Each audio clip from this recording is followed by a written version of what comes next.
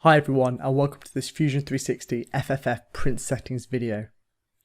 Today we'll be looking at what print settings there are within Fusion 360, how they work and where you can find them. So first we need to understand how print settings work in Fusion 360. So like other slice software, we have this concept of print settings, and these can be thought of recipes, so basically a grouping of parameters. Our print settings are not yet material agnostic, and this basically means they are dependent on material.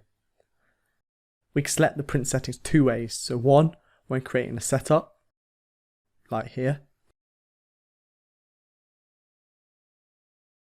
or two, when selecting a machine.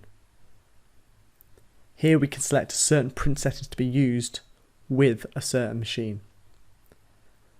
Both these print setting selections allow us to edit the print settings, but we're also able to edit the print settings via the print settings icon in the ribbon here, or via the browser on the left of the screen, as you can see here.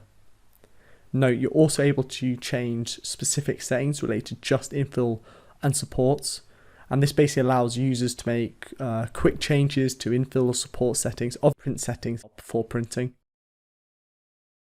Looking at the print settings editor, we can see that we've divided the print setting into sections as shown by these tabs, but please note that there's no parameter interdependability within the print settings at the moment, and this means that the individual parameters are not linked, so this means that they can be changed independently from other parameters.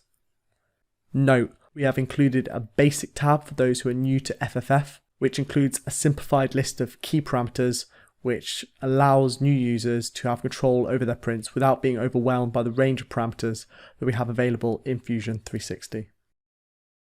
As you might have noticed, many of the parameter names are similar to those found in other slicing software, but some of the names might seem different and you might be unsure of what they do. But don't worry, because each parameter has a description of what it does when you hover over it, and you can see that here. There you have it everyone.